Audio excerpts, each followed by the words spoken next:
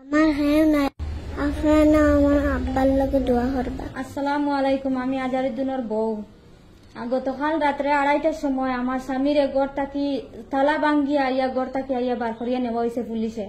আমি জিকাইতে আমার কইছেন না কোন কারণে নিত্রা। আমি কয়েকবার খাতার খান্দি ওসি সাড্ডে জিজ্ঞাসা করছি যে আমার স্বামী কোন কারণে নেয়, আমার তো কইতে পারো একবার তা। আমি জানতে চাইছি তান্তানোর কাছে, তেন আমার কোনো উত্তর দিচ্ছেন না। কইছেন এখন আমরা বার করিয়া দিতাম তোমার স্বামীর, এখন তাকে বার করিয়া দিয়া তুমি নিলাম বাজার থানার যাইও গিয়া সকালে গিয়া তুমি জানিও কিতার লাগি তোমার স্বামীরে নেওয়া হয়েছে। আমি সকালে গেছি নিলামবাজার থানাত গিয়া আমি গিয়া জিজ্ঞাসা করছি স্যারের যে আমার স্বামী কোন কারণে নেওয়া হয়েছে। আমার স্বামীর দুষ কিতা গড় আইয়া তালা ভাঙ্গিয়া রাত 2:30টার সময় নিত্রা আমার দুগু বাচ্চা ইগে কিছু বুঝে না। ও বাচ্চা আমার রাত 2:30টা থেকে খান্দের বাজার এখন পর্যন্ত। আমি যাবার বাদে আমি জিজ্ঞাসা করার বাদে তেন আমার কুচ্ছু কইছেন না এখন কুচ্ছু খাওয়া যাইতো না, এখন এটা কুচ্ছু আমরা জানি না। যদি তেন জানোই না বা কোন কারণে নেওয়া হয়েছে তান দেখান যদি কইতে পারলো না তেন তো উঠাইয়া নিলা। আপনারা তো বালা বুঝে দেখে বা খারা এটা করার।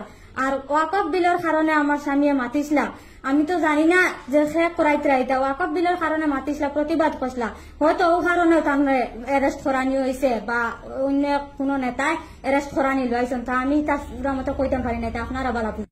আমার কোনো সাহারা নাই, আপনারা ওইলা আমার জামাই সাহারা। আমার হ্যাঁ না আপনার না আমার আব্বার লগে দোয়া করবা।